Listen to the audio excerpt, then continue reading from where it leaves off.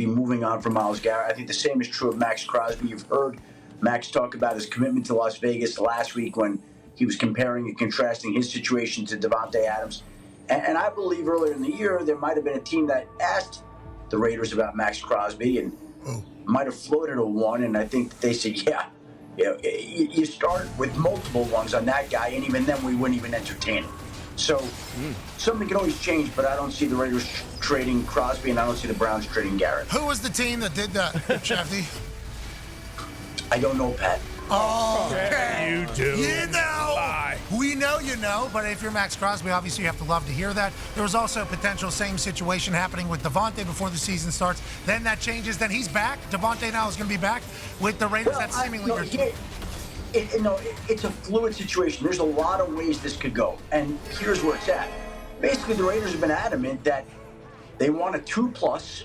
They don't want to pay down any of his salary, and there has not been a team out there that's willing to trade a 2 and take on all his salary. So either the Raiders are going to give in and move their desired asking price or agree to pay down some of the money, or they might be left with Davante Adams, which, by the way, there are people there that are perfectly fine with. And Davante Adams, I know, it didn't look like it yesterday, but he's a big Aiden O'Connell fan. So he might like the idea of playing with Aiden O'Connell. Now, do I still think that there are teams that are going to keep calling about Davante Adams? Of course. Do I still think that the chances are better than not that he will be traded? Yes. All I'm saying is staying in Las Vegas is an option. Same teams as before you feel like more likely to get traded to? Jets, Saints, people he's familiar with, or any team? Yeah, right now, I think the Ravens, Steelers, Bills have all kind of checked in and monitored the situation. The Steelers were in Las Vegas yesterday. I'm sure there were conversations that went on between the two teams to see what it would take. But again, the Raiders have been very stubborn. And, the problem here is they have in their mind, I think, what has come up in the past. Like a year ago at the trade deadline, the Jets were willing to offer 2 second-round draft picks for Davante Adams, and they didn't do the deal. And then in the offseason this summer, there were teams out there that were willing to give up at least a second-round draft pick, and they didn't do that. And now we're into the season, and now we're closer to him essentially potentially being a free agent because there's no more guaranteed money on his contract. And teams aren't willing to give up what they were before. And the Raiders know what was offered before, and they don't want to move off that.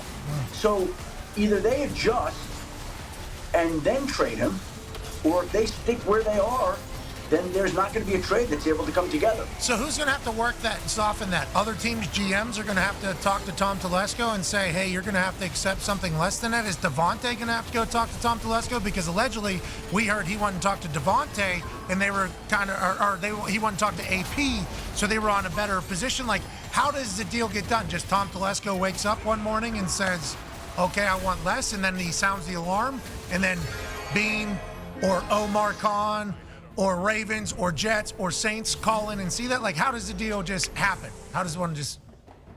I think it starts with Mark Davis because it's in his mind that he wants that compensation back, and he has been the one so far that has been unwilling to bend off that and be flexible off that. He does not want to pay any of the money left on Davante's deal. He does believe that the Raiders should be getting back a minimum of a second-round draft pick. So you have a situation where the owner is very adamant on certain issues here. And unless he changes his stance, then nothing's going to happen with any of these other people. Okay, got it. The Raiders seemingly never really have a home game. Certainly not yesterday. Pittsburgh Steelers fans flooded that beautiful stadium out there. They travel everywhere well. Agreed. Completely agree. But a lot of the Allegiant Stadium has been filled up by opposing teams' fans, which was one of the goals of moving a team to Vegas. Was like, hey, people will travel to these games and fill that place up. Nobody as much as the Pittsburgh Steelers faithful. Yinzers are everywhere. And a trip to Vegas, too. I mean, that is right down a pipe for Yinzers everywhere. Speaking of them, Tone Diggs has a question about that. Yeah, being a degenerate is kind of in our blood, and there's no better place to go than Vegas. So Steelers fans will travel there. I get 48 hours in Vegas and get to see Steelers play football. Perfect combo. Are we ever going to stop doing the Fields at this point? I think he's played well enough to maybe Tomlin comes out and say, hey, he's our starter moving forward. He's 10 total touchdowns to 1 interception. And, Wilson was back practicing in full this week. He was listed as number 2. He wasn't the emergency quarterback anymore. Or do you think we're just going to get every week where Tomlin says, as of right now, this is our quarterback for this week?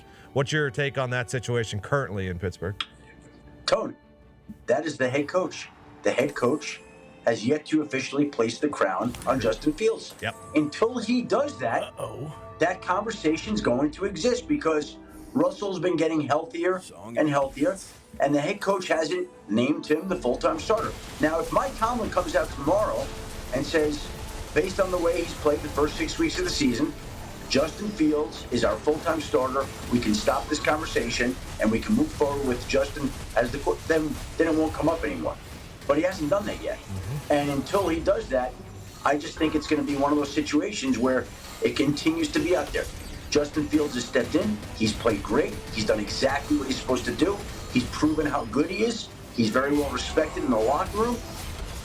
But again, we have not heard the head coach sign off on him being a full-time starter. Now, maybe he'll do that this week, but you just continue to think that as long as he doesn't do that, then Russell Wilson is lurking in the background. And at some point in time, unless the head coach takes it off the table,